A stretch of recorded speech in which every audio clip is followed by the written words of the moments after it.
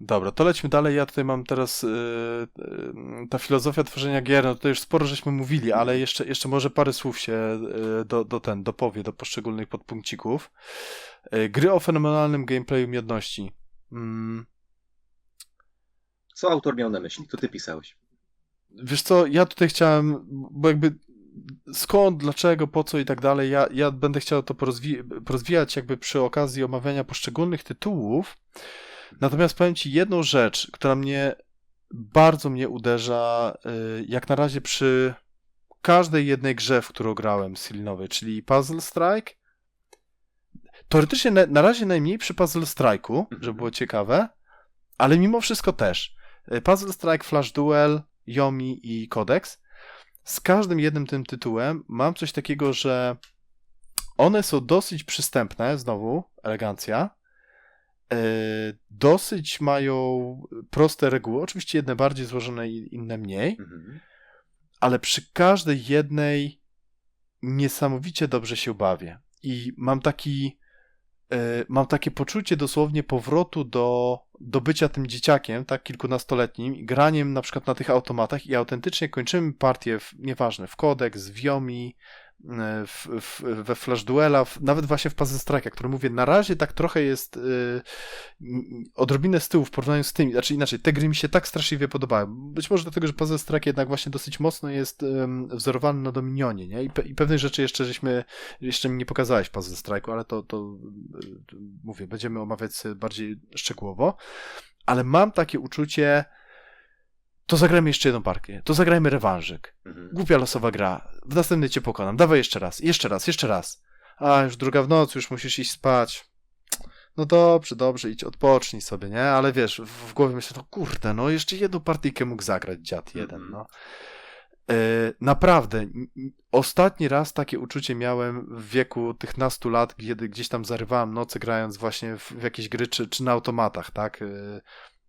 Dosłownie, to jest to takie uczucie uzależnienia, że dobra, to jeszcze jeden żetonik jeszcze, nie? To jeszcze chwilka tylko, to już muszę iść do domu, no nie, jeszcze jeden żetonik, o nie, kończy mi się kasa, kurczę. To stoisz przy tym automacie, co wiesz, odgrywa tą animację, tylko patrzysz, jak oni tam się ruszają, coś fajnego robią i sobie wyobrażasz, że grasz i już nie możesz się doczekać, wiesz, następnego razu, jak wysępisz od mamy te parę złotych na żetoniki i co pójdziesz, co zrobisz, jaką postać weźmiesz, jak będziesz walczył, nie? Co będziesz robił. Tak.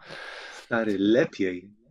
Ja ostatnio też wszystkim znajomym, jak tylko ktoś jakieś granie się ze mną spotyka, ej, chwila, dobra, tutaj mam taką karciankę, co jak StarCraft, Magic, no okej, dobra, w sumie niech będzie. Nie znam Magica, albo znam StarCrafta i dają się złapać w tę pułapkę.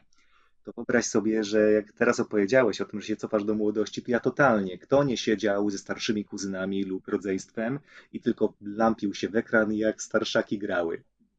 Ja dobrze Tak! to znam. Słuchaj, jak mam nowych graczy i akurat się zdarzy, że jest ich para, no to dobra, siedzicie i gracie, nie? Ja wam wytłumaczę, jak się gra, zrobię wam obu running tury przez kilka tur, żeby było elegancko i siedzę z wypiekami na twarzy, macham nóżkami i o ja, co teraz zrobi? Szybko każę im podejmować decyzje również dla mojej przyjemności, bo jestem ciekawy, co wymyślą, co zagrają. No, powiem ci, że jest ta gra, tak dużo graczy robią, jest tak nieprzewidywalna. Ja kocham patrzeć, co grają. I czasami tak patrzę, że no mało agresywnie. Jeden gracz drugiego w ogóle nie atakował, po prostu przyjaciele, normalnie jak rodzeństwo. W końcu ktoś wyciągnął taką kartę, która wzmocniła wszystkie jednostki. No i po to się atakujemy, nie? Ale nie atakowaliście się i to była ciekawa gra. Ja siedzę i normalnie organizuję im te gry i patrzę jak grają i się uśmiecham i się cieszę i jestem tak zajarany i tak usatysfakcjonowany tym graniem, nawet że sam nie grałem, że to jest dla mnie po prostu nowe uczucie. Ja nigdy tak wcześniej nie miałem. Zawsze myślałem, że muszę zagrać. Ale powiem ci, że faktycznie, nie? Niewiele mam takich tytułów, które lubię oglądać nawet z boku, jak inni grają. I to nawet właśnie jak grają na jakimś tam jeszcze, powiedzmy, niższym poziomie, tak, gdzieś tam początkującym. Także to też jest dobry wyznacznik. No akurat jeszcze w takiej sytuacji przy okazji tych tytułów silinowych nie byłem, ale jakby wierzę na słowo. Tak, ten turniej w Yomi to zorganizowała osoba, bo pisała, że uwielbia patrzeć, jak ludzie grają i zastanawia się, jaką decyzję podejmą. I to ją po prostu uwielbia i po to robi streamy, nagrywa, żeby gracze również mogli w tej pozycji być, patrzeć i no tutaj bym, a dlaczego gra? Ale zrobił. No, Wiomi zwłaszcza to tak cudownie czuć. Tak jak w tych fightingach, nie można było patrzeć i patrzeć i patrzeć. Tak, tak, tak, tak, tak. Także, ale mówię, to jest taka dzika radość, naprawdę. I wiesz, i to nie jest taka głupotka, nie? To nie, bo są czasami te takie tak zwane cookie clickery, tak? Że po prostu, no dobra, coś tam sobie grasz, nie? No, nie udało ci się, to jeszcze raz, to jeszcze sobie, wiesz, poprawię wynik, jeszcze coś tam i później to odkładasz i zapominasz o tej grze zupełnie, nie? I wiesz, i może następnym razem zagrasz za 3 miesiące, jak znowu na kiblu sobie siądziesz, czy coś takiego. Takie gry łamigłóweczki, nie? Z reguły właśnie mniej lub bardziej solo, raczej solo. A tutaj nie właśnie, a tutaj no nie da się tutaj w tych grach nie czuć, że grasz przeciwko drugiemu człowiekowi, tak? To nie da się przed tym uciec. Dobra, tam o interakcji to chyba, że jeszcze coś chcesz dodać, to śmiało, ale jak nie to tak, to o interakcji chyba żeśmy troszeczkę już powiedzieli dużo sobie. żeśmy powiedzieli. I to Więc tutaj jak chcesz coś dodać, to też śmiało. Wrócę do słów, których ja używałem. Interakcja dla mnie w grach Sirina to jest to, że ona od razu nam sugeruje. Karty, żetony są tylko narzędziem do grania z osobą, która siedzi naprzeciwko. Tak, do grania, prawda, tej drugiej osoby, do przetestowania, kto lepiej, no właśnie, jak w tym jakimś Aikido, tak, kto lepiej wykorzysta Wyczuje się. mocne i słabe strony, tak, przeciwnika przeciwko niemu. Gry skrajnie asymetryczne. Ja już tam też mówiłem o tym, prawda? Przy okazji designowania, że jego zdaniem to dodaje grze głębi niuansów, że pomaga uniknąć dominujących strategii. Że ogólnie ludzie lubią, tak? Ludzie jako gracze, którzy grają w grę, lubią czuć taką potęgę, tak? Tych akcji, tych postaci, tych ras, tych ciosów jakichś specjalnych, którymi dysponują. Lubią czuć takie, że kurde, ale to jest mocne, ale to jest przegięte, mimo że tak naprawdę jest mega zbalansowane pod spodem. Natomiast jeszcze to, co jest też mega fajne przy okazji asymetrii, to jest to, że przychodzimy do gry tej fightingowej albo do kodeksu i bierzemy 2 różne rasy i tworzymy za każdym razem różne matchupy. One sprawiają, że te różne specjalne zdolności postaci są albo mocniejsze, albo słabsze. Znaczy, w cudzysłowie, tak? W cudzysłowie, mocniejsze albo słabsze, to znaczy łatwiejsze lub trudniejsze do odpalenia, tam skancelowania, skontrowania i tak dalej. I to jest mega dobre, bo dzięki temu te matchupy są bardzo, bardzo zróżnicowane. Tak? Czyli znowu ta taka nawet nie podwójna, nie potrójna, ale razy set gra w jednej grze. Także masz Street Fightera, gdzie masz 10 postaci i masz chyba 190 tych, tak? 190 matchupów tych takich asymetrycznych, 210 wiesz. Tak, 210, ale 100... O, właśnie, przepraszam, tak, bo w Wiomi... Poczekaj, 10 czy 20 postaci? 20. 20, dobra, to przepraszam. 20 postaci, 210, ale asymetrycznych, czyli wiesz, że nie gramy tam tylko z różnymi. Tymi samymi postaciami, to jest 190, nie? I to masz de facto jak 190 różnych gier praktycznie, Prawda. Nie? Jakby porównać właśnie z grami, gdzie na przykład są tylko 2 asymetryczne, tak? Strony konfliktu. To prawda. Więc to też...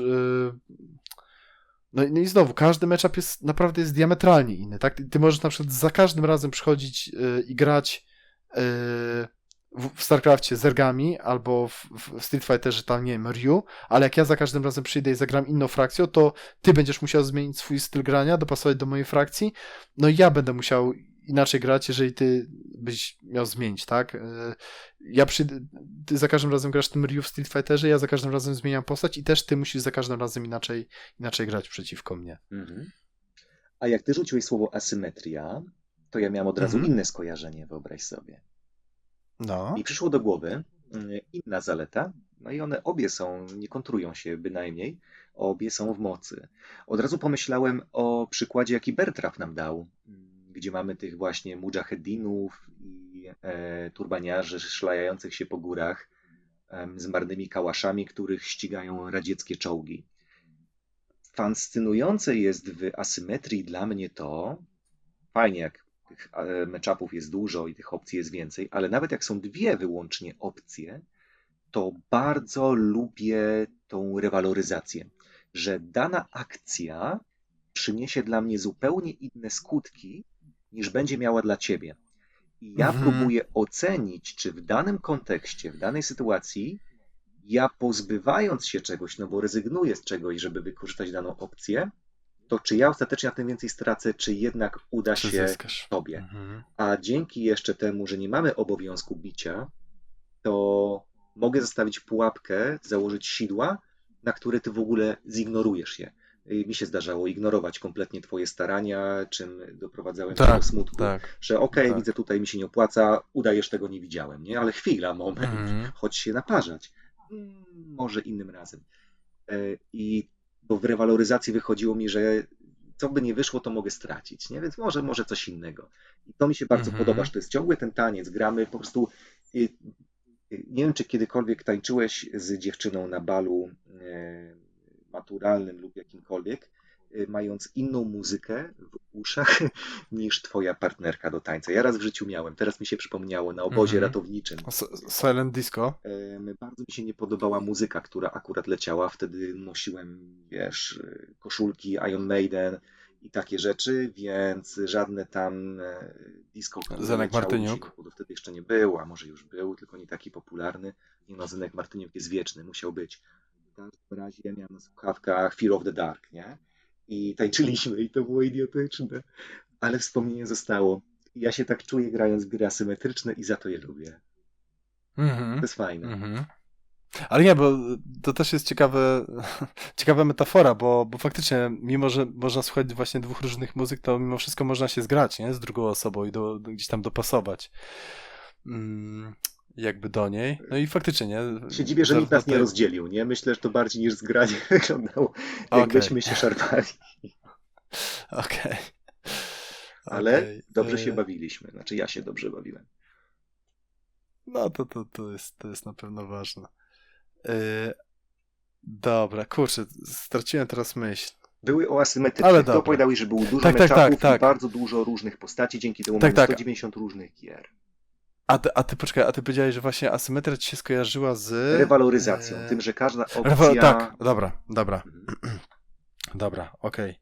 Tak, ale nie, to bardzo słuszna też uwaga, zgadzam się w pełni. Dobra, także nic tutaj tak naprawdę nie mam do dodania. Dobra, co my tam jeszcze dalej mamy? Aha, gry strategiczne, bardzo głębokie i regrywalne, między innymi całe podręczniki ze strategiami. No właśnie, no to o tym to też już jak zdarta płyta się powtarzam, tak, że te gry można kadować. No, kodeks on ponad dekadę robił, tak? No, to też tak trochę brzmi, wiesz, nie wiadomo, czy on codziennie, wiesz, Prawda? podbijał bilet i 8 godzin robił, no ale znowu, jakby powiedzmy, że gdzieś tam biorę to za dobrą monetę, tak? To, że właśnie on tak bardzo mocno dbał na przykład o balans tych postaci w Street Fighterze, tak? W tym gamingu wideo, tak? Dla Capcomu te tytuły wydawał Mhm. i że te gry są ogólnie szanowane, tak i chwalone właśnie przez tych hardkorowych graczy, tak? Przez tych najlepszych z najlepszych na świecie, tak? I to naprawdę. Więc myślę, że znaczy, no, jakby patrząc jakby na jego warsztat na przykład pisania tych tekstów, na jego sposób wypowiadania się, na to, na co zwraca uwagę, no jestem w stanie uwierzyć, że faktycznie przykłada do tego bardzo dużą wagę. Mhm. Jakby kupuje, tak, tą jego opowieść, a mówię, a będzie to weryfikować tak naprawdę życie. No i znowu, mimo wszystko, mimo że te gry nie są może jakoś strasznie popularne, to ja widzę, że wokół niego się naprawdę obraca wcale niemałe takie community Mhm. ludzi, którzy też wyznają podobne, powiedziałbym, wartości jak on. Tak, czyli właśnie głębokie gry regrywalne, katowanie tytułu, odkrywanie kolejnych warstw, wchodzenie na coraz wyższe poziomy. No i te wszystkie rzeczy, o których wcześniej mówiliśmy, elegancja tych zasad, ciekawe decyzje od samego początku i tak Mhm. dalej, i tak dalej. Więc tych ludzi trochę jest, no i no, wiesz, no, jakby wokół każdego tam twórcy tworzy się zawsze jakieś takie grono wyznawców, tak, Mhm. którzy nie są obiektywni. No ale tak na razie jak czytam, to jakby ci ludzie też nie są takimi, jak czytam na przykład gdzieś tam forum, to nie są takimi gośćmi, którzy łykają i po prostu powtarzają jakieś wyświetlane rzeczy, tylko ktoś przychodzi z jakimś problemem, a oni proponują już jakieś bardzo konkretne rozwiązania, jakieś porady taktyczne, strategiczne i tak dalej, tak? To nie jest na zasadzie, no gra jest niezbalansowana, jest zbalansowana, bo my żeśmy dużo grali, nie? Czy coś takiego. Nie, no przychodzą i chcą pomagać faktycznie tym początkującym ludziom wejść na wyższy poziom i no tak, no pomóc, nie? Jakby chcą tych ludzi też ściągać do tego community, powiększać to community, widzę i uczyć, tak? O, dzielić się wiedzą, uczyć się, bo to jest fajne, tak? Zawsze to, tak samo jak w LCG-ach jest, nie? Że no gracze raczej starają się dbać o tych nowych ludzi, bo bez tego te gry umierają, nie? I tutaj może być tak, że wręcz Sylwin jako designer, jako wydawca w pewnym momencie powie, no dobra, no już nie mam siły, nie? Się szarpać z tym wszystkim. No tak. Nie mam siły, nie mam pieniędzy, tak. Ileś tam wyliczyliśmy, 16 lat to robi, więc zakładam, że przykłada się do tego, skoro tyle wytrzymał i na to czas poświęca i pieniądze i ryzykuje dalej finansowo, żeby te rzeczy robić. Dokształca się też, prawda? Samemu prowadzi warsztaty jakieś, prowadzi właśnie także to jest tak bardzo aktywny, nie? Tak. To widać, że to jest duży kawałek jego życia. Tak, to prawda. Kocha te fightingi, kocha te gry. Zrobił gry planszowe, później spróbował zrobić i zrobił grę komputerową. Wrócił do gier planszowych, kto wie co tam szykuje, ale no na pewno się do tego przykłada i nie rezygnuje, nie? Czasami faktycznie jak tam opowiada, dzieli się problemami, jak ma gorszy dzień, później żałuje, że może nie powinien był tak posępnie pisać. Kilka tygodni temu był taki incydent, w którym przyszedł nowy gracz na serwer z tam krytyką i zrobiło mu się smutno i trochę było to czuć, no ale jest tylko człowiekiem, no i... Ale komu Sylwinowi, czy temu Sirlinowi. nowemu graczowi? Sirlinowi. Mhm.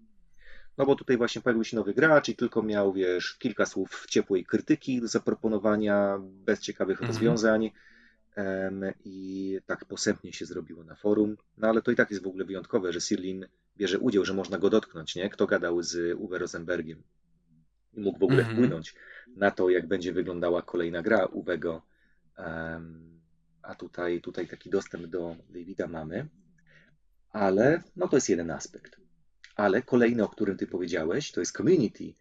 I to jest prawda. On w ogóle wcześniej do tych swoich gier, przy okazji tych gier, które można było grać w przeglądarce, założył forum, na którym zachęcał, żeby się wypowiadać, żeby te rzeczy nie ginęły, żeby ludzie mogli porozmawiać, żeby tymi przemyśleniami mogli się dzielić, żeby mogli je rozwijać, kontestować.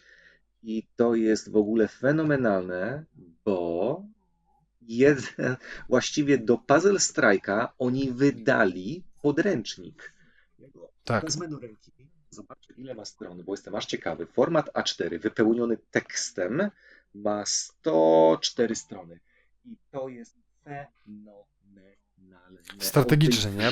Podręcznik. Planszowej napisali 104 strony strategicznego poradnika, który opowiada, jest wyłącznie dyskusją na temat tego, co jest dobre w danej sytuacji, co jest dobre w innej sytuacji, czy to należy zrobić, czy nie należy zrobić, jakie coś ma mocne strony, jakie coś ma słabe strony. I jak ja się dowiedziałem o tym podręczniku, kosztowało kupę kasy, żeby go zdobyć, bo nie było nigdy wydania PNP. To było lata temu, jeszcze w czasach, kiedy PDF-ki nie były modne, a jeśli już, to tylko na Chomiku i innych serwisach, na których nie powinny były się znaleźć. W każdym razie to jest fenomenalne, fascynujące. Która gra ma podręcznik 100-stronicowy, w którym gada się tylko i wyłącznie o strategiach do zagrania w tej grze. Tak. I wiesz, i to też pokazuje jeszcze zarówno to, że jakby zaprosił ludzi na forum, tak, do pisania o strategiach, dasz poradach taktycznych, strategicznych i tak dalej. To się samoczynnie po prostu działo, nie? Ludzie tego potrzebowali, chcieli tego. Tak, ale wiesz, że jakby otworzył to, dał przestrzeń do tego, że powstała ta książka, to też pokazuje, że on nie wiem, czy to jest dobre słowo, że się nie boi złamania gry, bo może się boi, tak? Świetne. Ale jakby jest na to otwarty, tak? Że on, jeżeli złamiecie tą grę, to ja to biorę na klatę i będę to będzie jakby, to będzie z zyskiem dla wszystkich tak naprawdę, bo jemu zależy właśnie nie na trzepaniu pieniędzy, tylko na jak stworzeniu idealnej wersji, tak, tej gry. Zaorałeś, Co też ma panie swoje... Piotrze. Fenomenalny, świetny. Nie myślałem o tym wcześniej w ten sposób, ale to jest świetny wniosek. Dobre. Co ma swoją ciemną stronę, nie? O której pewnie za chwilkę sobie powiemy, ale znowu, no, mi się podoba taka dbałość o użytkownika końcowego, znaczy użytkownika końcowego, o gracza końcowego, tak? O ciebie. końcowego odbiorcę tego. O mnie, Ja tak, o mnie. No, dokładnie. Dbałość o mnie, dokładnie. Tak. Też tak Czy na dbałość przykład. o nas nawet powiem więcej, nie? Bo ja sobie samemu w solo w te gry nie pogram. Nie? Czyli o nas jako właśnie o graczy, którzy będą się bawili tą grą, prawda? Którzy będą ze sobą rywalizować przy użyciu tej gry. Tak. Dobra. Inspiracje ze świata gier, wideo. Dużo już pogadaliśmy chyba o tym. Ja nie mam Myślę, że dodania. tak. Myślę, że przy okazji poszczególnych tytułów No jeszcze pewnie. Oj, będziemy będzie. troszeczkę do tego zwracać, nie? Wracać. Albo wiesz co, dam taką jedną ciekawostkę, nie? No dawaj. Jeszcze, że na przykład jak on balansował Puzzle Strike'a, to kilkukrotnie wracał do StarCrafta. Przecież brał rzeczy, jak coś mu się nie spinało, coś mu nie działało, to mówił, dobra, zobaczmy jak to działa w StarCrafcie. Nie pomyliłeś się, nie mówimy o kodeksie, tylko Puzzle Strike. Nie, o Puzzle Strike'u. Okay. Mówimy czyli o tym takim, w cudzysłowie, dominionie, tak? Jak robię tego swojego dominiona z interakcją, w cudzysłowie dominionie, szedł do StarCrafta i tam miał dwa takie problemy większe, o których mówił. Jeden problem to był taki, że na początku rush był zbyt mocny. Rush, czyli że szybko można właśnie zasypać przeciwnika tam tymi gorącymi kartofelkami i go zadusić, tak? I wygrać partię. No i tam zmienili wartość, powiedzmy, tam tych odpowiednich kafeleczków, które odpowiadają za atakowanie, no to wtedy był problem, że obrona jest zbyt mocna, prawda? No to ogólnie gra się degenerowała, tak? Jedna z tych strategii była wygrywająca. Więc co zrobili? No poszli i zobaczyli, jak wygląda to w StarCrafcie. I w StarCrafcie wygląda to w ten sposób, że jak na przykład gracz próbuje raszować, no to przeciwnik może odpowiedzieć obroną, tak? Czyli na przykład ktoś z Erlingi wypuszcza to, nie wiem, Terranie mogą sobie bunkry postawić na przykład, zainwestować w bunkry i to zasadniczo jest efektywna strategia. No dobrze, no to mamy te dwie, że tak powiem, osi, tak? Atak i obrona. No ale jak to jest, że później jak już jest ta obrona, no to ta obrona na przykład nie wygrywa gry, tak? Tylko w pewnym momencie jednostki stają się tak potężne, że przełamują nawet najlepsze obrony, tak? Można sobie tych bunkrów nawalić, wieżyczek i wszystkiego innego w bruta i tak przylecą te najlepsze jednostki najwyższego techa i to zrównają z ziemią. Nie ma wygrywającej strategii, nie? Tak, nie ma dominującej strategii, tylko cały czas, ale to za sekundkę, jest taki taniec, jest ta trzecia oś, tak, czyli jest obrona, jest atak i jest ekonomia, tak, czyli jeżeli ktoś za bardzo pójdzie w obronę, no to straci ekonomicznie, druga strona, jeżeli nie jest atakowana, tak, bo ktoś się żółwikuje i tylko broni, no to może zainwestować ekonomicznie w właśnie rozwój technologiczny i właśnie przylecieć i zrównać z ziemią tą najlepszą nawet ten bunkier, tak? Wielki przeciwnika. Czyli mamy te trzy osie, które ty mi pokazałaś, nie? Na samym początku. Ja w ogóle z tego nie zdawałem sprawy jakby świadomie, nie? Ale to właśnie pokazuje, jak on fajnie, jak on bierze i naprawdę rozkłada, znaczy nie mówię, że tylko on, bo on się oczywiście też uczy od innych, tak? To nie jest tak, że to on to wymyślił na pewno, ale też dzieli się dalej tą wiedzą, że jest właśnie, są te trzy osie, tak? Jest atak, który bije, atak bije, znaczy atak jest bity, tak? Przez obronę, a obrona jest bita przez ekonomię, a znowuż ekonomia, jeżeli tylko ktoś w ekonomię cały czas pakuje, no to jest bity przez atak, tak? Czyli znowu taki, można powiedzieć, troszeczkę układ kamień, papier, nożyce. Słusznie. I to było rozwiązanie, które się sprawdziło też w Puzzle Strike'u, tak? I drugi przykład też właśnie z Puzzle Strike'a to był taki, że w Puzzle Strike'u jedynce on mówi, że to nie jest wygrywająca strategia, ale niestety większość ludzi wpada w te kolejny. Ja mam trochę ten problem na przykład z Puzzle Strike'iem, że też wpadam w te kolejny, że bardzo szybko staram się iść w jakieś tam big money i właśnie no powiedzmy taki pseudo-rush, tak? Coś między taka no, atakowanie tymi kartofelkami, najpierw zrobienie troszeczkę pieniędzy i później atakowanie tymi kartofelkami jak najszybciej, jak najbardziej efektywnie. I w jedynce to było jeszcze bardziej widoczne, bo tam W StarCraftie? pewnym... Czy w jedynce czego? W jedynce Puzzle Strike'a. Mhm. Puzzle Strike'a. I zaraz powiem, jaka mechanika tam uległa zmianie. I znowu, on nie wie, próbowali mnóstwa rzeczy, naprawdę. Nawet tam prosił community, żeby mu pomogło coś wymyślić. Po prostu były najróżniejsze pomysły, nic nie działało. I w pewnym momencie znowu powiedział, dobra, no to zobaczmy, jak to robią w StarCrafcie.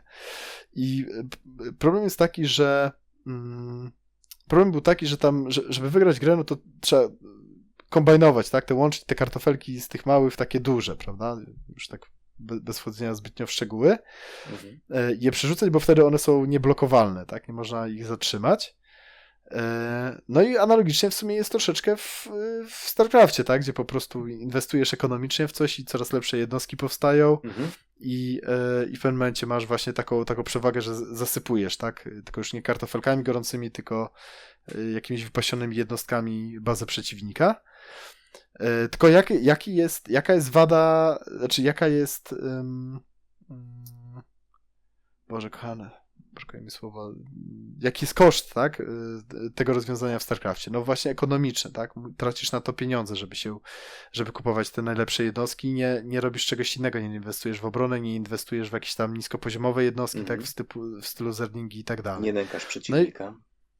Tak, czyli pieniądze na tym tracisz. No i właśnie dali to modyfikację, że do tych kombinujących, tak, wracając do Puzzle Strike'a, w następnej wersji do kombinerów dodali koszt po prostu, tak, który nam osłabiał ekonomię, pieniążki nam zabierał i nagle wszystko się spięło, tak, taka malutka zmiana, bardzo elegancka właśnie w designie gry planszowej sprawiła, że ten balans został poprawiony i też jakby feeling z gry, tak, uległ zmianie na plus. Tak, czyli taka drobna akcja, która de facto wzmacnia twoją ofensywę, jeśli decydujesz się na jedno mocne uderzenie, z każdą turą będzie zmniejszać twoją ekonomię. Musisz cały czas poświęcać na to pieniądze, które mógłbyś gdzie indziej wydać.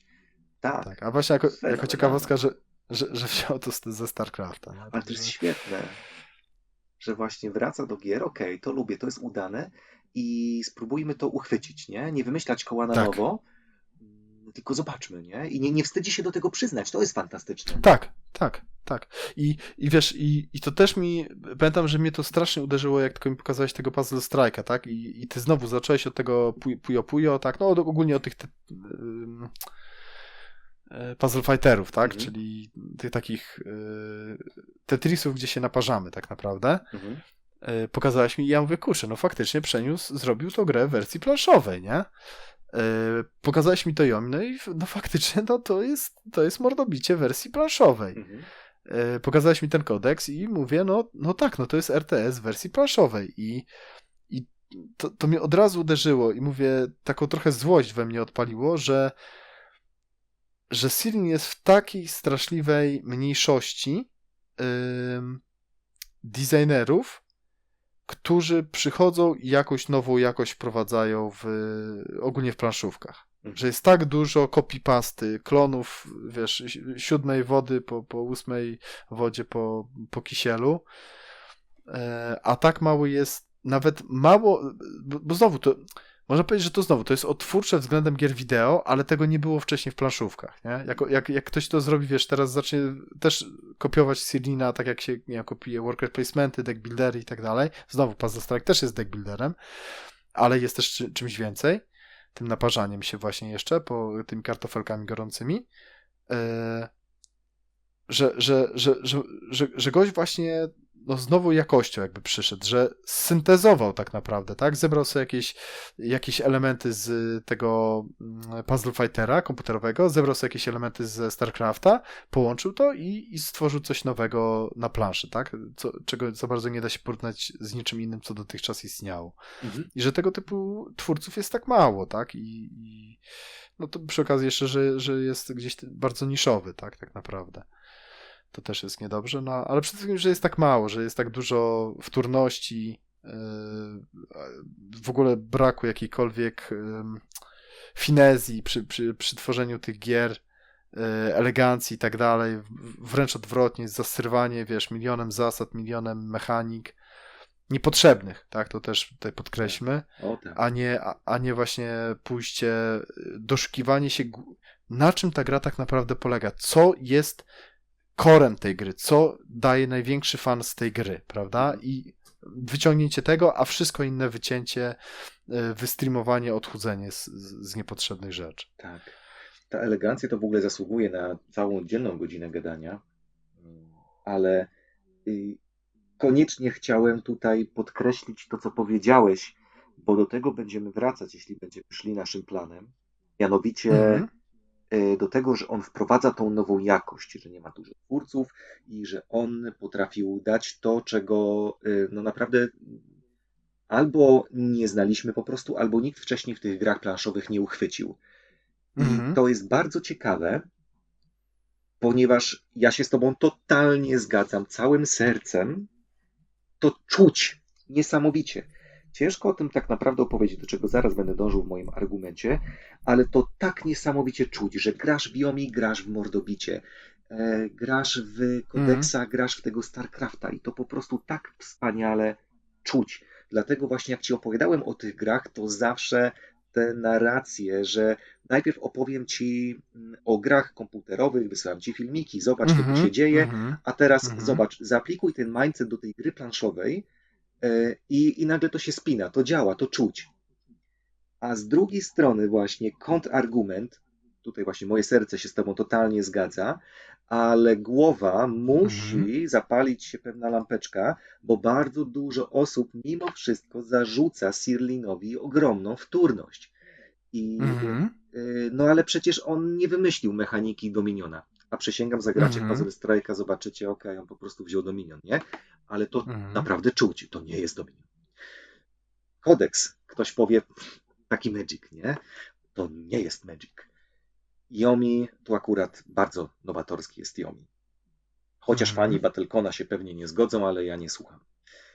Chociaż słucham tak naprawdę, można o tym pogadać, ale to zupełnie inny temat. Ale Battlecon chyba mocno się różni, bo tam chyba są te No i Yomi postaci było też, co też biegają po planszy. chyba pierwsze. Muszę to upewnić się, Battlecon, żeby mnie nikt tutaj nie zjadł. No tak, Nie, ale w sensie nawet mechanicznie chyba mocno się różni, one nie? są bardzo, bardzo, bardzo porównywane i na forum Yomi dużo znajdziesz ludzi, którzy przyjdą, ja wolę Battlecona i tylko Mhm. domyślam się, że na forach Battlecona pojawiają się ludzie, którzy mówią, nie, ja wolę Yomi, nie? Mhm. Ale ja tylko mogę powiedzieć, że bardzo dużo ludzi przychodzi lansować się na forach Yomi, że wolą Battlecona. Więc ta rywalizacja Mhm. między Bradem Taltonem, jego Level 99, a Davidem Sirlinem jest czymś, czego sam nie wymyśliłem. Mhm. Ale właśnie to czuć niesamowicie i te gry są, moim zdaniem, niesamowicie nowatorskie, bo mi nie zależy na tym porównywaniu mechanik i ile słów z instrukcji się pokrywa, a na tym, co Mhm. czuć, jak dasz w daną grę. I ja Tak, tego, co on tak. mi pokazał, nie czułem nigdy w żadnej grze planszowej, wcześniej ani później. Tak, tak, ja też jestem zdania, ja też nie wymagam od gier planszowych, że muszą jakieś zupełnie nowatorskie rzeczy robić. Jak najbardziej dla mnie, znaczy, bo to jest moje podejście, nie? Mogą syntezować rzeczy, które już były, które są znane od dziesięcioleci, czy nawet od stuleci i je po prostu w jakiś sposób syntezować, remiksować i tak dalej, Mhm. ale żeby właśnie ten końcowy efekt był świeży, Tak. żeby był świeży, po prostu. Choćby z tym StarCraftem, nie? Jeden się, wiesz, by zażynał, że sam to wymyślił, a on nie wstydzi się przyznać, a wręcz okej, no użyłem tego, co miałem nie użyć, miało się gorzej grać. Tak, tak, tak, to jest jedna rzecz, a druga rzecz, że to też jest, no, marketingowo to jest dobry chwyt, to też nie oszukujmy się, prawda, że Tak. StarCraft na planszy, czy Warcraft 3 na planszy, no to hej, Ale kto by nie chciał to nie są czcze spróbować. przechwałki. Nie, To nie absolutnie jest nie, zrobienie absolutnie. figurek z gry StarCrafta i powiedzenie, że teraz ma się czuć, jakbyście grali StarCrafta, tylko no naprawdę się wylewa z nawet nie tyle z planszy, co z waszych umysłów, z waszej wyobraźni, jak w to gracie. Tak, I tak. sprawdziłem, Battlecon i Z Yomi mechanik wyszły też. w tym samym roku. Mhm. Więc Nie, chyba nie, żadnemu nie, z to, panów nie ale można zarzucać wtórności. Tak ciekawy, no bo to jest faktycznie jest taka przepychanka. Oni dają se kuksańce. Tam się coś dzieje. Ale mówię, one chyba mechanicznie się, znaczy ja nie grałem w Battlecona, Ja ale grałem chyba dużo w mocno się Battlecona. różnią mechanicznie, Tak, nie? ale Czy nie? obie, one się bardzo różnią mechanicznie, ale obie mają symulować grę fightingową na przeróżne Tak, tak. sposoby i zupełnie inaczej czujesz się grając w nie, ale obie mają też ten element czytania swojego przeciwnika, szukania tych tendencji, Mhm, mhm, tylko w przeróżny sposób. Gry są pewnego rodzaju symulacją, obdzieramy jakieś wymiary, prawda? Żeby stworzyć grę, mhm, która leży w kartach na stole, musimy obedrzeć te doświadczenia audiowizualne z kilku wymiarów, z kilku aspektów. I one po prostu poobdzierały gry fightingowe z różnych aspektów. tak, tak, tak, tak. Y,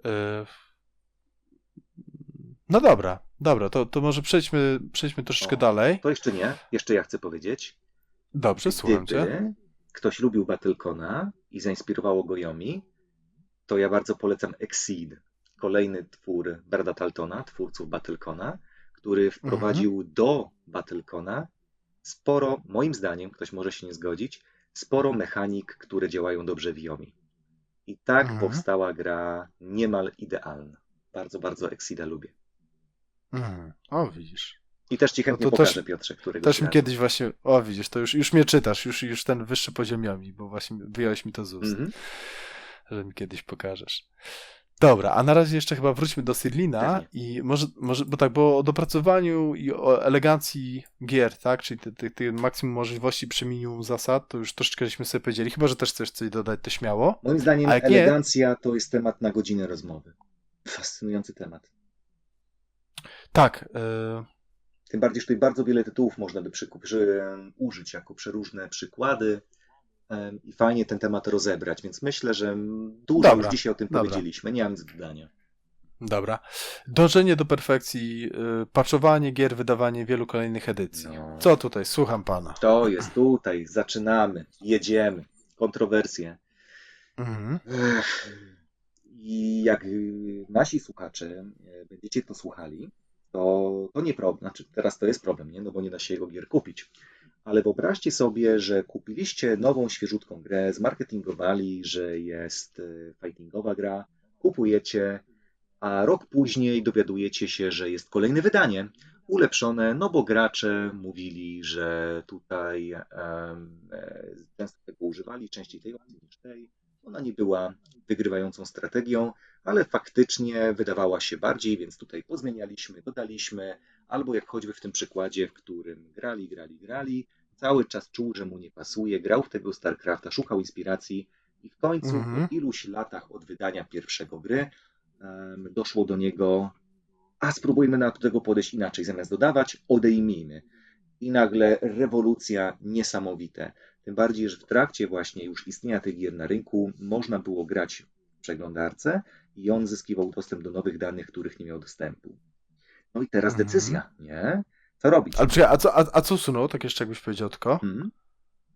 Bo mówisz, że zamiast dodawać coś, to No to usuńmy. właśnie nie tyle usunąć, co odejmować, czyli właśnie ten No, combine, przepraszam. że musimy A, płacić okej, za niego. Ten dobra. przykład, który ty Dobra, dobra, pokazałeś, że dobra. nie opcje, które nam tylko dają, tylko nagle dodajemy dodatkowy koszt z innego Koszt. wymiaru Mhm. do czegoś, co już istniało i nagle wszystko się wyrównuje, nie?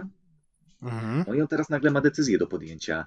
Albo drukuje dalej taką samą grę, jak się nakład skończył, no bo dalej rynek na to jest, ale no wiemy, że ona może być lepsza. No to nie będziemy przecież drukować gry, jak wiemy, że może być lepsza. Ludzie o niej rozmawiają, grają w nią, ekscytują się nią. To drukujemy drugą edycję, nie? I nagle problem. Krytyka, nienawiść, hejt na forach, że po co mi teraz ja tego ani nie sprzedam, ani nic z tym nie zrobię. Dlaczego zrobiłeś teraz ten mój zakup? Ja ci zaufałem, wydałem pieniądze, a teraz to jest do Mhm. wyrzucenia, muszę kupić drugą edycję. I Mhm. tutaj mamy tysiące komentarzy. Pamiętam, że na jedną odpowiedzią, ale chwila, no, ta gra jest dokładnie tak samo dobra, jak była wczoraj i jutro będzie tak samo dobra. No, dowiedzieliśmy się kilku nowych rzeczy, no i nie będziemy drukować dwa razy tego, powiedzmy, no, skoro wiemy, że można ulepszyć, Mhm. to ulepszymy. Tutaj masz jeszcze pakiet, który może ulepszyć twoją grę do kolejnej edycji. Wszystkie żetoniki, jakie tam potrzebujesz, to są. No tak, ale to mogłeś od razu poczekać i wydać lepiej. No ale Mhm. no, to byśmy nie pograli, nie? I byśmy nie wiedzieli. No tak. Mhm. I właśnie co zrobić? I spadło na niego na tyle dużo hejtu, że pamiętam, że właśnie przy rozmowach o kodeksie z takim właśnie żalem mówił, no ja wiem tutaj, że no, w ostatnich, tam tuż przed wydrukiem jeszcze wyszły jakieś rzeczy i zmienialiśmy i tutaj nie dopatrzyliśmy i przydałaby się na to errata, nie? No ale Mhm. nie wydrukuję tej gry drugi raz, bo znowu ludzie będą mnie hejtować. Nie mam już ochoty czytać brzydkich komentarzy pod moim adresem. Wolę tego nie wydać. Mhm. Ja mam fajny kodeks do przygotowania. Może kiedyś za 10 lat wydrukujemy, może nie, ale na ten moment jestem tak totalnie wypalony agresją i hejtem, że ja wolę po prostu jej nie wydać. Udawać, że tego nie ma. Mhm. I to jest Mhm. ciekawa kontrowersja do napisania, do przedyskutowania. I od razu powiem kolejny argument, jakby z drugiej strony. Jest wypowiedź utrwalona na Board Game Geeku na forum z jakiegoś wywiadu z Uwe Rosenbergiem, który mówi Mhm. tak, ja mógłbym zrobić tutaj drugą edycję na przykład Agricoli albo Kawerny. Akurat w Mhm. Agricoli to trochę się udało, nie? Ale załóżmy takiej Kawerny, ale ja wolę pracować nad inną grą. Inny tytuł, inny klimat, Mhm. ludzie i tak Tak, kupią, tak, nikt się nie przyczepi tak. i nikt nie będzie miał do mnie żalu, że zmarnowałem ich zakup, bo ludzie podchodzą do tego bardzo emocjonalnie. Więc zmieniamy klimat, mówimy, że to nie są krasnale, tylko teraz producenci szkła, dodajemy coś, odejmujemy i taką Mhm. drogę bierze Uwe Rosenberg, a ludzie się chwalą, że mają 15 gier, których okładki są podobne do siebie, zamiast stresować, że mają do wydania na pakiet kilku kart, które ulepszą ich grę do grywalnego poziomu, bo nagle straciła na jakości w ich oczach. I to jest kontrowersyjny temat. Jestem pewny, że już dużo emocji u każdego, kto to słyszy, wywołał. I no jest, no nie da się przed tym uciec. Co sądzisz, Mhm. Piotrze? Wiesz co, ja słuchałem jednego podcastu jego, właśnie gdzie tam sobie dyskutowali o tym i tam fajne argumenty padały, na przykład, że w grach komputerowych jest normą, że wychodzi, wiesz, Street Fighter 1, Street Fighter 2, Super Street Fighter 2, Super Street Fighter 2 Turbo, Mhm. I to jeszcze w Street czasach, Fighter... kiedy to było na płytach albo automaty całe trzeba było produkować, nie? Tak, albo na jakichś kartridżach w ogóle i tak dalej. Albo tak, albo właśnie automaty na żetoniki. Że jest Mariów, to jest, nie wiem, już pewnie pod 100 wersji, Mario Kartów i tak dalej. Dobre. I że ludzie, i że tam są zmiany, tak? Zmieniają się rzeczy, że to nie są tylko patche często tych gier, ale niektóre są bardzo podobne te gry tak naprawdę. Trochę poprawią tam grafikę, dodadzą trochę nowych leveli, coś takiego. I tam nikt się nie burzy, że musi zapłacić od nowa, nie wiem tam ile, 150, 200, 300, czy teraz to pewnie pod 500 są też gry, które kosztują. A idź pan. Te AAA gry. Nikt się tym nie denerwuje. Mało tego, to jest jedna rzecz. Druga rzecz, że wręcz to jest... że na przykład on jako taki hardkorowy gracz to docenia, bo na przykład gra w tam, nie wiem, wersję Mario jakąś właśnie z 2020 roku i tam po prostu to sterowanie jest po prostu tak smooth, jest tak idealne, jest tak naturalne, tak ta animacja się pięknie porusza, że to wszystko jest ani nie za szybkie, ani nie za wolne, ani nie zbyt sztywne, no wszystko po prostu, wiesz, to płynie po prostu w rękach, że to zwiększa tą imersję, tak, że po prostu wchodzisz w ten świat na ten czas rozgrywki i zapominasz o wszystkim innym. I że gdyby nie to, że jakby ta gra iterowała przez te 20 lat i przez te 20 lat wyszło, nie wiem, 38 wersji tego Mario, to nie ma możliwości, nie dałoby się w pierwszym Mariu zrobić tego sterowania tak idealnego, już abstrahując od grafik, prawda, jak ona ewoluowała, ale sama na przykład kontrola, prawda, tej postaci, nie mogłaby być tak naturalna, tak dobra, gdyby miałby powstać Mario i później by był, dobra, to teraz zrobimy Mario z idealnym po prostu sterowaniem, że to by się nie udało, że to musiało ewoluować, nie, przez te wszystkie lata, że to wymagało iluś tam iteracji. Słusznie. dochodzenia do tej najlepszej wersji. I później właśnie wraca do swoich gier, tak? I tych problemów. I on mówi na przykład, że jak wydał Puzzle Strike, a później wyszła Second Edition i za chwilę wyszła chyba to Revisited Second Edition, czy jakoś tak.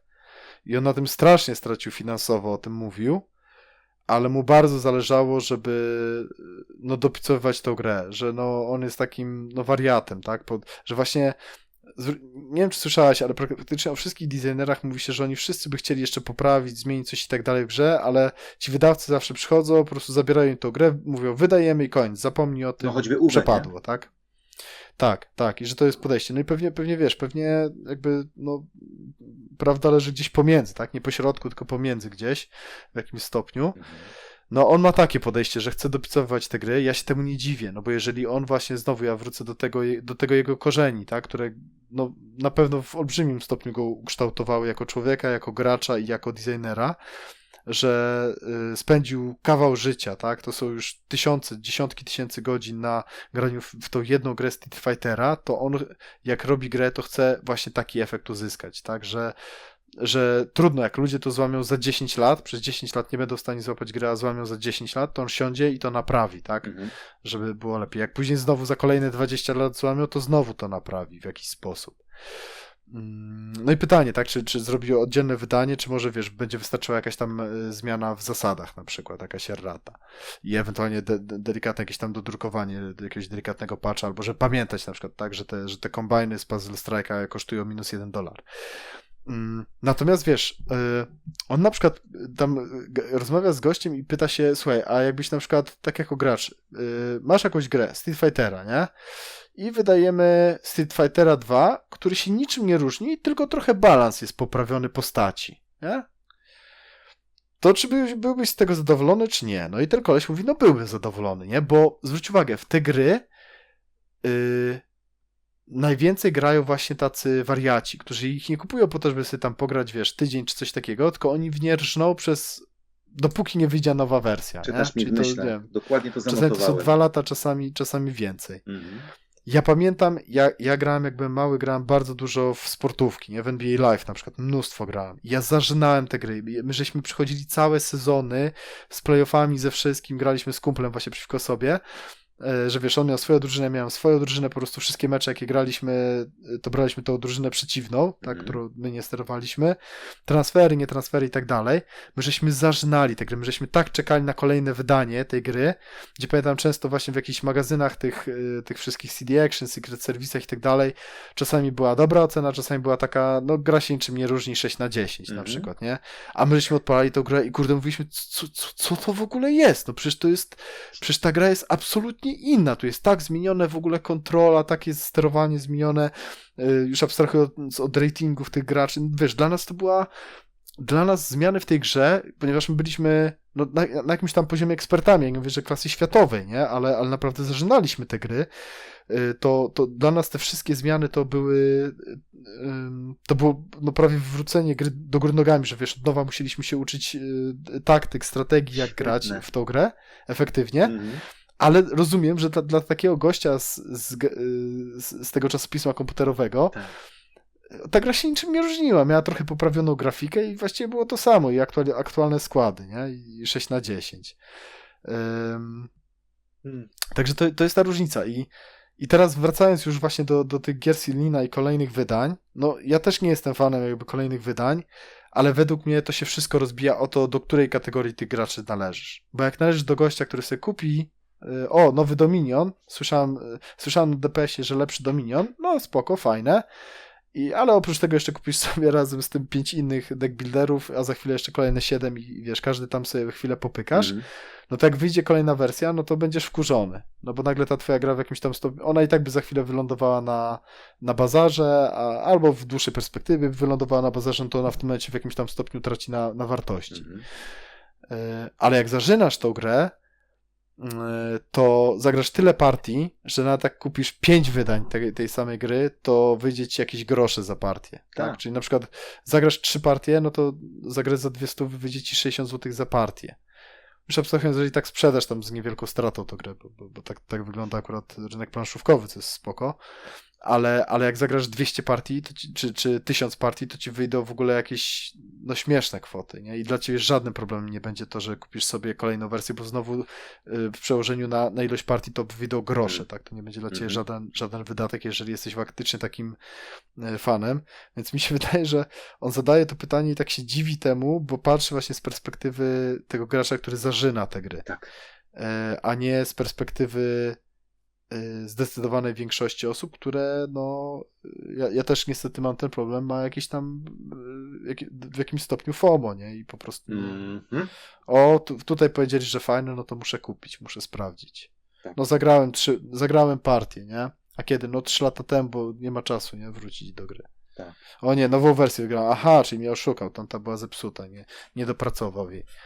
No nie dopracował, ale nie jest w stanie przewidzieć, nie zrobił tego naumyślnie, tak? Tak. Umyślnie.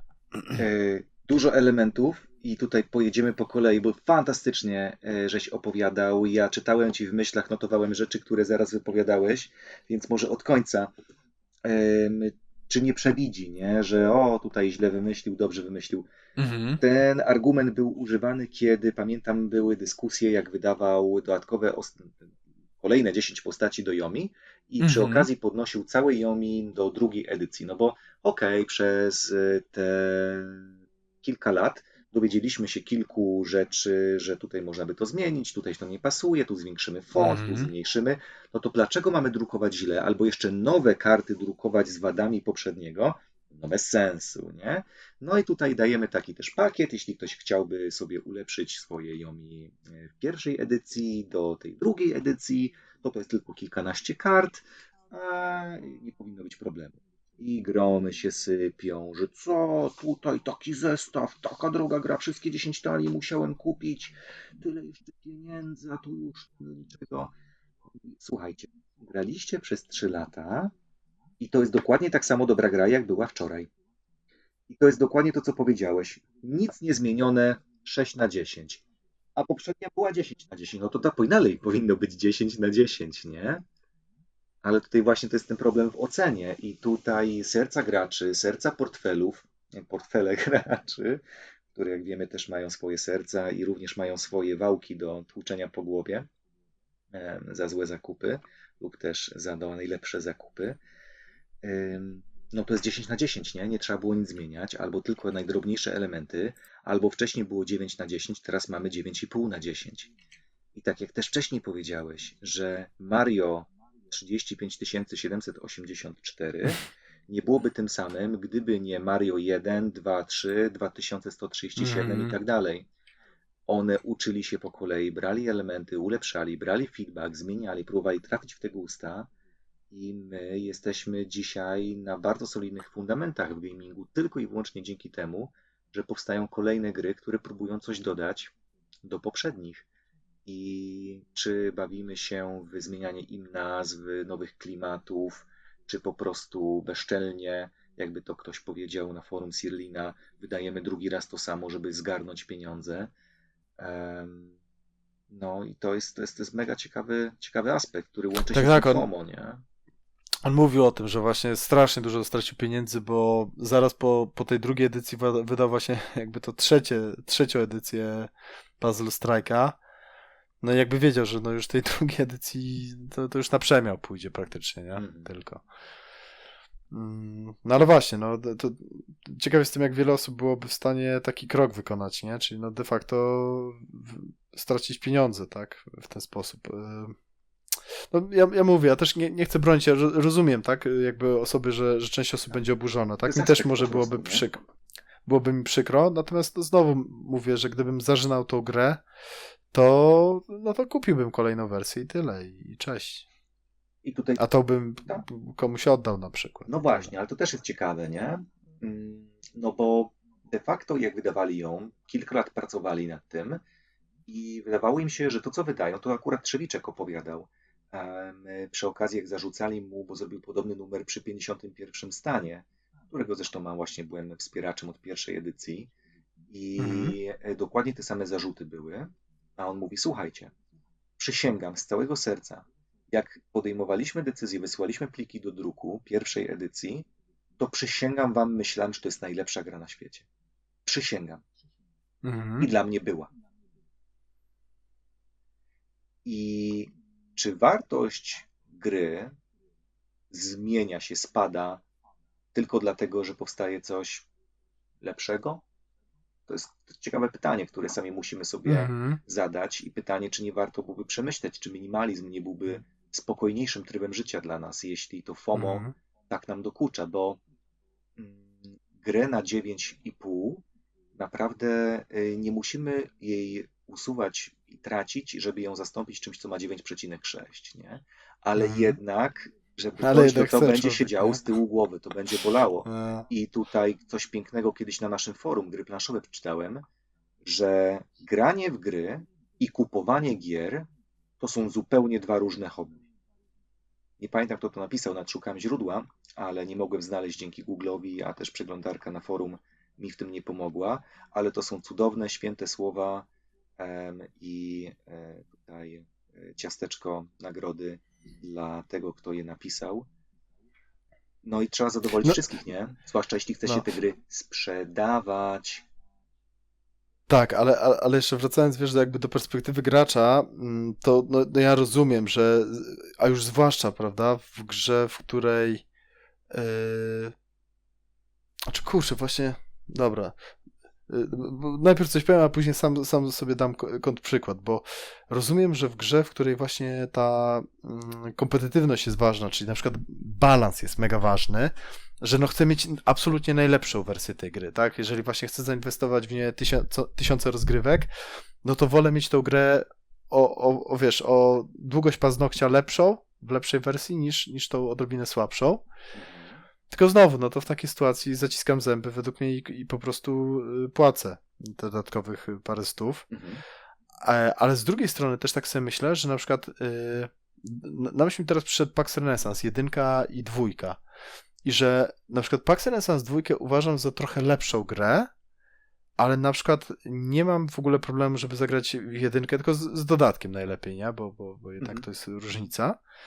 Mm, Nie mam absolutnie żadnego problemu i obydwie oceniam na przykład tak samo wysoko. Chociaż jakbym miał mieć na półce wybór, to wybrałbym drugą edycję. No i tak zresztą mam. Mhm.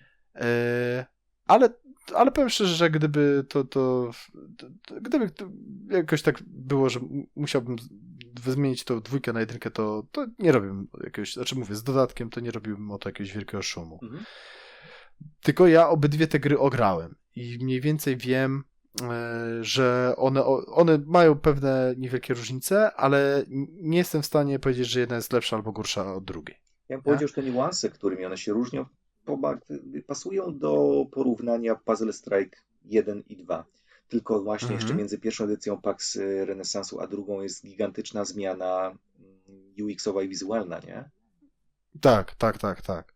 A jeszcze na A sekundkę tylko, jeszcze dopowiem słuchaczom, że Puzzle no. Strike druga edycja i trzecia edycja wyglądają niemalże identycznie. Prawie nie do odróżnienia.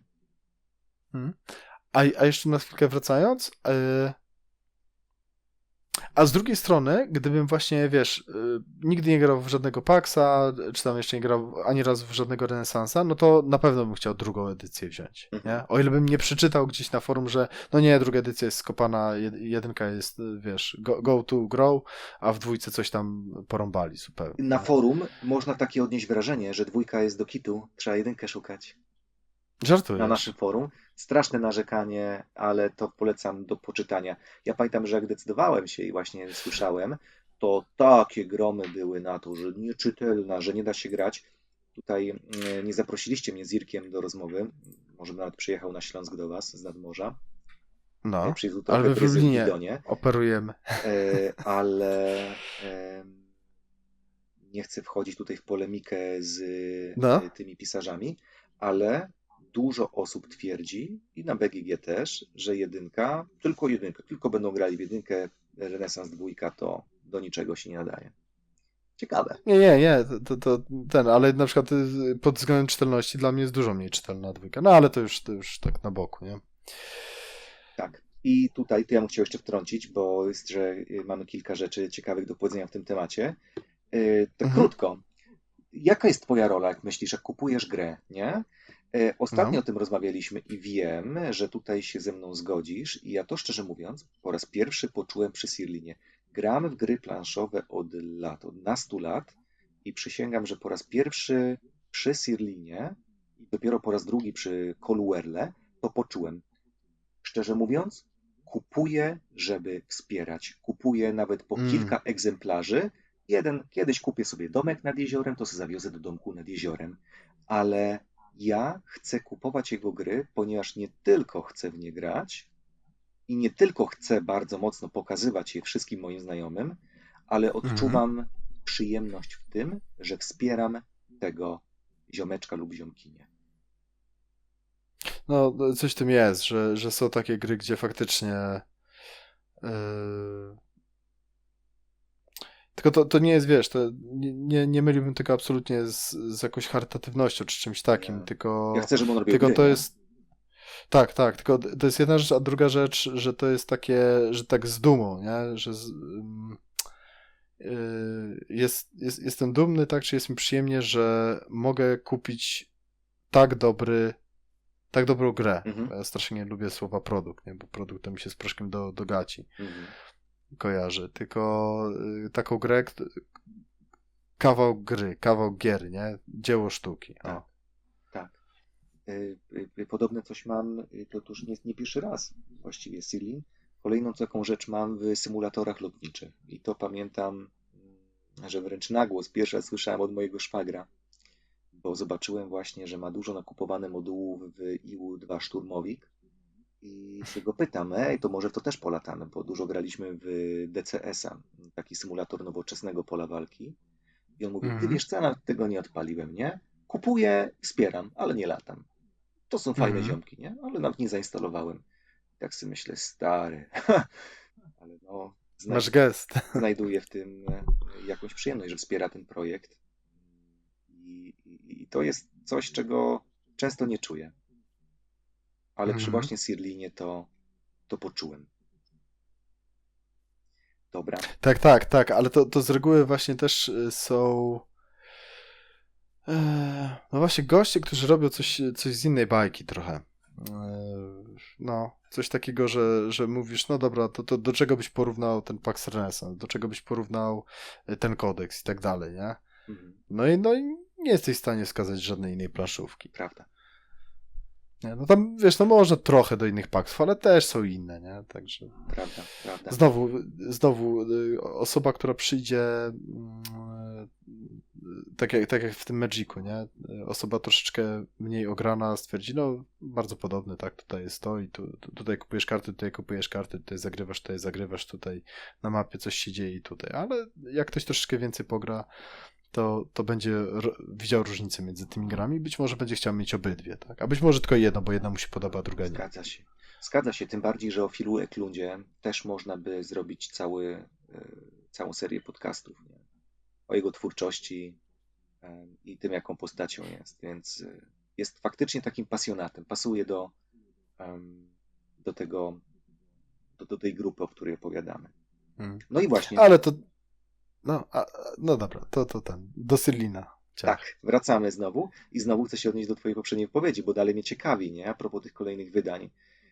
Zanotowałem sobie, że w GMT nie boją się kolejnych wydań, nie boją się powiedzieć, że okej, zrobiliśmy eratę, Mm. tutaj możecie sobie wydrukować, możecie kupić i Upgrade packa. upgrade paki i oni się kompletnie nie wstydzą. Mówiliście, że się nie mieszczą, to nawet możecie samo pudełko kupić, kolejne wydania są w lepszym pudełku, większym, głębszym i tak dalej, i tak dalej. Mało tego, to wszyscy mówią i to i na BGG-u i u nas na forum wszyscy mówią, że GMT pierwsze wydanie to jest wersja taka wczesna beta, czy nawet alfa zaawansowana, Tak, bym powiedział, że tam zawsze mnóstwo błędów wyłapują. Mnóstwo. to I też niestety też specjalizuje moje się w tym, doświadczenie. że każde kolejne wydanie zawiera nowe błędy. Tak, to też Albo stare też po ten. są i takie, ale kurczę, uwielbiam tych ludzi i do czego właśnie, jakie miałem przemyślenia, że to się im wybacza, bo to jest rynek pasjonatów, totalnie. W te gry wojenne, te gry GMT kupuje niezwykły gracz, który szuka sobie czego pograć wieczorem, tylko pewnego rodzaju świry, pasjonaci. nie? Mhm. I Mhm. to właśnie jest najważniejsze w tym moim przemyśleniu, że są takie rynki pasjonackie, jak choćby te gry fightingowe, w których te kolejne wydania uchodziły. Pewne, no tutaj też można zrobić pętlę, czy Mario to jest gra dla pasjonatów, czy zwykła gra i czemu tam się to wybacza. Ale tutaj pytanie właśnie, czy może Sirlin robi gry dla pasjonatów, ale dużo ludzi się nabiera i myśli, że to są casualowe gry i tutaj powstaje ta różnica między one mogą być casualowe, nie stoi nawet No nic właśnie, przeciwko, nie? no I właśnie. to jest właśnie Mhm. ciekawe, że on trafia w rynek i trafia nie tylko marketingiem, ale po prostu robi gry dla wszystkich. Ja przysięgam, Tak. Puzzle Strike jest dla wszystkich. Wszystkich zachwyca, wszyscy go lubią, komu tylko go pokazywałem, ale jednak traktuje swoich fanów, swoich klientów jak pasjonatów. I tak ich właśnie też próbuje mierzyć. I tutaj może pojawiać się ten problem. Ja myślę, że on robi gry dla siebie, nie? Zresztą O, tak chyba każdy designer, prawda? Że wie, co on lubi najbardziej i robi grę przede wszystkim pod siebie i liczy na to, że znajdzie odpowiednie szerokie grono ludzi, którzy będą mieli podobne, prawda? świetne. Oczekiwania. No i mi się też podoba ta jego bezkompromisowość. Ja na przykład nie mam takiej bezkompromisowości, nie? Że właśnie trochę zastaw się, a postaw się. Wiem, że z tym też są spore kontrowersje się wiążą. Mhm. Też, wiesz, nie chcę mówić, że wszystkie jego zachowania są w porządku i że on jest jakimś aniołem, broń Boże, nie, ale no ale mówię, no jakby dopracowanie swojego projektu, wydawanie tych kolejnych wersji, no i rozumiem graczy, którzy właśnie mają starą wersję i są z tego powodu rozgoryczeni, ale też rozumiem jego, że chce mieć grę w jak najlepszej postaci, tak? W takiej naprawdę, dąży do tego ideału, no. Tym Być może bardziej, nigdy go nie osiągnie, ale dąży do niego. tym bardziej, że to on za ten cyngiel pociągnął i to on na tym traci, nie? Tylko właśnie szkoda. Tym bardziej, że ostatnio były rozgorzały dyskusje właśnie o tym hejcie. Ja sobie wyobrażam, że to dotyka tym bardziej właśnie, że po wydaniu kodeksu to długie lata nie robił gier planszowych i już bałem się, że do tego nie wróci, ale jestem przeszczęśliwy, że robi pełnym tempem również gry planszowe, gry karciane. Teraz to Yomi 2 jest w produkcji. Jestem przeszczęśliwy. Ale było Mhm. to na ostrzu A, noża. Zapowiadał, że po tym kodeksie to możliwe, że już po prostu że to jest jego ostatnia gra planszowa, że ma dość użerania się z ludźmi, ale na szczęście nie.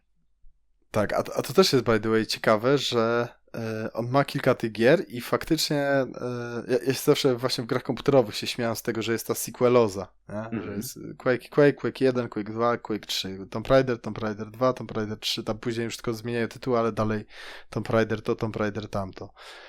Em, A on faktycznie też jeszcze jakby ciągnie to, nie? Na przykład jest ten Puzzle Strike Second Edition, Puzzle Strike Third Edition, a teraz jest Puzzle Strike 2, Dwa. Mhm. co też nie jest dobre, bo nawet jak ktoś szuka sobie na BGG-u, to widzi Puzzle Strike Second Edition i Puzzle Strike 2 i jest what the fuck w ogóle, nie? Czy to Prawda? jest to samo, czy ten?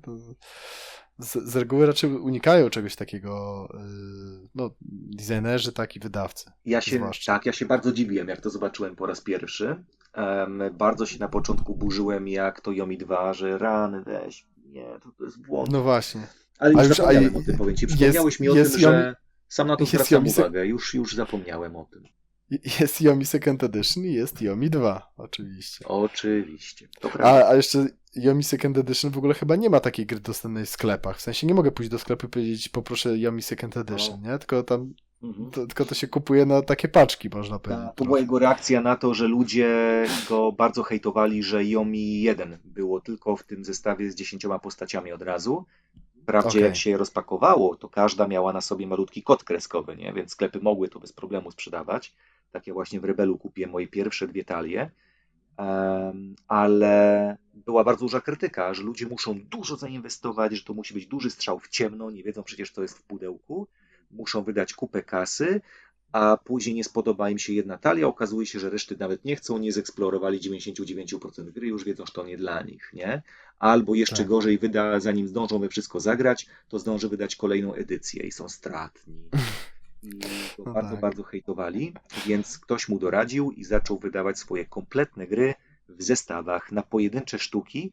Ja to zamówiłem na Mhm. Kickstarterze i ja jestem najszczęśliwszy na świecie, bo nie musiałem się szarpać, probłagać sklepów, żeby pościągały te zestawy, tak jak później to było przy na przykład Kodeksie, albo jak to właśnie to samo robił brat Talton w Exidzie. Jak gigantyczne pudełka były do Battlecona, tak Exit wychodził już w paczkach po 4 Mhm. postaci. Jak chciałeś mieć komplet w Mhm. danym sezonie, to musiałeś kupić 4 paczki po 4 postaci. One jeszcze nie wyszły od razu od strzała, tylko kilka miesięcy mijało między jedną a drugą, żeby gracze mu wybaczyli, że to dużo kosztuje. Mhm. Więc Mhm. różnie sobie Mhm. radzą. Kodeks, który jest cudowną całością, też był wydany w 4 różnych opakowaniach i on kombinował. On po prostu nie miał ochoty na ten hejt, on eksplorował przeróżne Mhm. sposoby, żeby ludzie mu to wybaczyli, ale na jedno wychodzi, jeśli ktoś chce mieć wszystko, a jesteśmy na rynku, w którym ludzie lubią mieć wszystko. Więc to chyba nie uleczyło. No ale zobaczymy, jakie wnioski wyciągną przez te 10 lat, bo pewnie w 2026, może w 2025 będzie Yomi 2 wydrukowane. Zobaczymy, jakie wnioski wyciągnie po 10 latach od wydania kodeksa z Kodeksu. Mhm. 2016. Czy zrobi znowu rozbicie, czy jedną paczkę? Nie wiem. Ale no, Dobra. smutno mi, że musi takimi pierdołami się zajmować, nie? Jako gracz jego gry, życzę sobie, żeby nie miał takich problemów, ale życie jest bardziej skomplikowane niż moje pobożne życzenia. I ja jeszcze nie Mhm. odpuszczę, tutaj słyszę twoje dobra, ale ja jeszcze chciałem wrócić do tego. Mhm. Ostatni element. Wspomniałeś dzisiaj o grze Few Acres of Snow. Mhm. I nie wiem, czy pamiętasz, ale ta gra również miała bardzo mocne zarzuty, że ma wygrywającą strategię, przed którą nie ma Tak. obrony. I ta krytyka, jak to wyszło na jaw, ludzie zaczęli tylko o tym rozmawiać. I nagle z potencjalnie ciekawego, kurczę, projektu, nagle stało się tą zepsutą grą, o której rozmawiało się jako czymś po prostu zepsutym, złodziejstwie. Wczoraj miałem pudełko warte 200 zł, a dzisiaj mam kasztana. I nigdy tego nie wydrukowali jeszcze raz. Ten projekt po prostu został kompletnie zapomniany i jaka szkoda. Mhm. Znaczy wiesz, chyba największa szkoda to jest to, że Wallace nie siadł i tego nie poprawił, No nie o tym właśnie naprawił. mówię, No, nie? A, no tak, no, Że no. wiesz, No to miał właśnie, no jakieś to Sirlin czynniki. zrobił na odwrót. Chociaż u niego, no dobra, jakieś tam rzeczy wyłapywali, prawda? Pewne tendencje, tak? Te gry działały, tylko że po prostu sprawił, że działają jeszcze lepiej. Mhm. Przyjął, wiesz, Także, inną postawę wobec tego, nie? Sirlin by po prostu, tak. drukuje drugą edycję, jakieś pakiety poprawkowe, GMT by bez problemu ogarnęło to, ale on zupełnie inaczej do tego podszedł i się zamknął de facto na ten temat i pozwolił temu tematowi po prostu umrzeć razem z grą. To jest szkoda. Ale ty mówisz o akrach, tak, O teraz? akrach, no. Dobra, no. No trochę tak, chociaż on wiesz, tam później jeszcze inne gry z tą mechaniką powydawał. No wiadomo, ale Tylko zobacz, już, tyle już nie lat mija, historyczne. a dzisiaj pojawiło się to, nie? Tak spontanicznie przywołałeś ten tytuł. No tak, tak, słuszna uwaga. Słuszna uwaga. No ale bo gra ma, wiesz, mimo wszystko ma pewien status, nie? Jednak to był bardzo nowatorski też tytuł, także. I pozwolili mu umrzeć, bo miał wadę. I to jest właśnie mój argument, nie? Że a co gdyby? A co gdyby wziął i Mhm. wydał pakiet poprawkowy, a gracze by powiedzieli mu: dzięki Wallace, to jest to, na co czekaliśmy. Dzięki temu mamy ciut lepszą grę i chętnie będziemy wspierać dalej twoje projekty. Mhm. Mhm. Albo co gdyby, jak Siri Mhm. miał to po prostu gdzieś, co ludzie mówią. Mhm. Chociaż tak naprawdę ostatnie dyskusje w naszej netosferze polskiej wychodzące od filmiku Dawida Myśliwca pokazują, że nawet najodporniejsi wydawałoby się na hejt, to dotyka. Tak, tak, tak, tak, tak. Także na nas nie plujcie, Tak, bo się popłaczemy. dobra. W tym temacie jeszcze tylko chciałem powiedzieć, że Ignacy Trzewiczek, którego już przywoływałem, ma podobną taktykę, przynajmniej kiedyś miał. 51 stan miał 3 edycje. w tym jedna wydana chyba rok po pierwszej, nowa era tak zwana.